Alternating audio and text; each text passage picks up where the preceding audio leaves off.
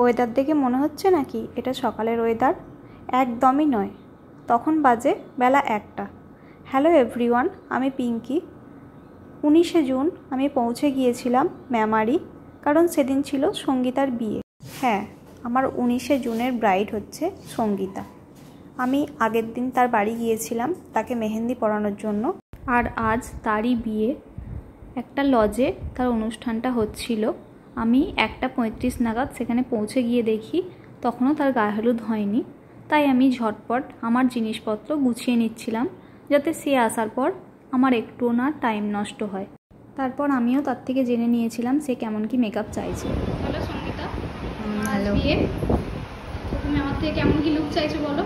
একদম আমার যেমন স্কিন টোন আছে সেই স্কিন টোনের উপরে একদম সিম্পল মেকআপ চাইছি, আর আইশ্যাডোটাও যেন একদম মিউট হয়।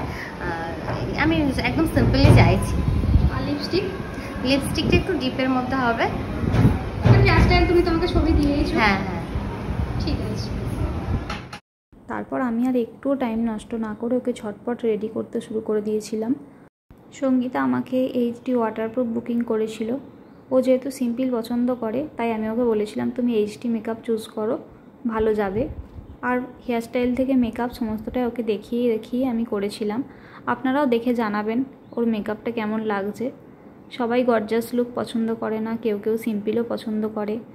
আর আমিও পার্সোনালি সিম্পল মেকআপ পছন্দ করি, কিন্তু যেহেতু স্পেশাল দিন আপনাদের, তাই যে যেমন পছন্দ করে আমি তার মনের মতো করে দেওয়ার চেষ্টা করি। আমি সবসময়তেই সব কিছুটা তাকে দেখিয়েই করার চেষ্টা করি, যাতে তার মনের মতো একটা লুক ক্রিয়েট করতে পারি।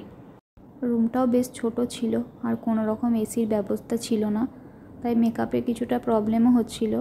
সঙ্গীত একটা কুলার অ্যারেঞ্জ করেছিল, সেখানে কিছুটা হলেও আমার কাজটা সুবিধা হয়েছে, কিন্তু সেদিন প্রচণ্ড রকম গরমও ছিল। তখন বেজে গিয়েছিল অলরেডি 6:30, তাই আমি ঝটপট করে তাকে রেডি করে দিচ্ছিলাম, যেহেতু তাকে টাইমে রেডি করতে হবে। একটা মেয়ে স্পেশাল দিনে এইভাবে নিজের হাতে তাকে সুন্দর করে একটু একটু করে সাজিয়ে তুলতে আমার খুব ভালো লাগে। মেকআপটা আমার খুবই একটা ভালোবাসার জায়গা। আমি নিজের মন থেকে খুশি হয়ে কাজটা খুব ভালোবেসে করি। যখন কেউ রেডি হওয়ার পর আমাকে বলে খুব ভালো লাগছে, খুব পছন্দ হয়েছে, তখন আমার মন থেকে প্রচণ্ড রকম একটা শান্তি আসে। তারপর এখানে ফটোগ্রাফাররা কিছু ভিডিও ক্লিপস নিয়ে নিচ্ছিল। তারপর আমি ওকে ছেড়ে দিয়েছিলাম। আর ব্রাইডাল মেকআপের পর আমার ছিল সেখানে 2টো পার্টি মেকআপ। আমি তাদেরকেও একে একে রেডি করে দিয়েছিলাম। আমার এই ছোটো ছোটো ভিডিওগুলো আপনাদের কেমন লাগছে অবশ্যই জানাবেন। আজ এই পর্যন্তই, দেখা হবে অন্য কোনো ভিডিওতে। সকলে ভালো থাকবেন।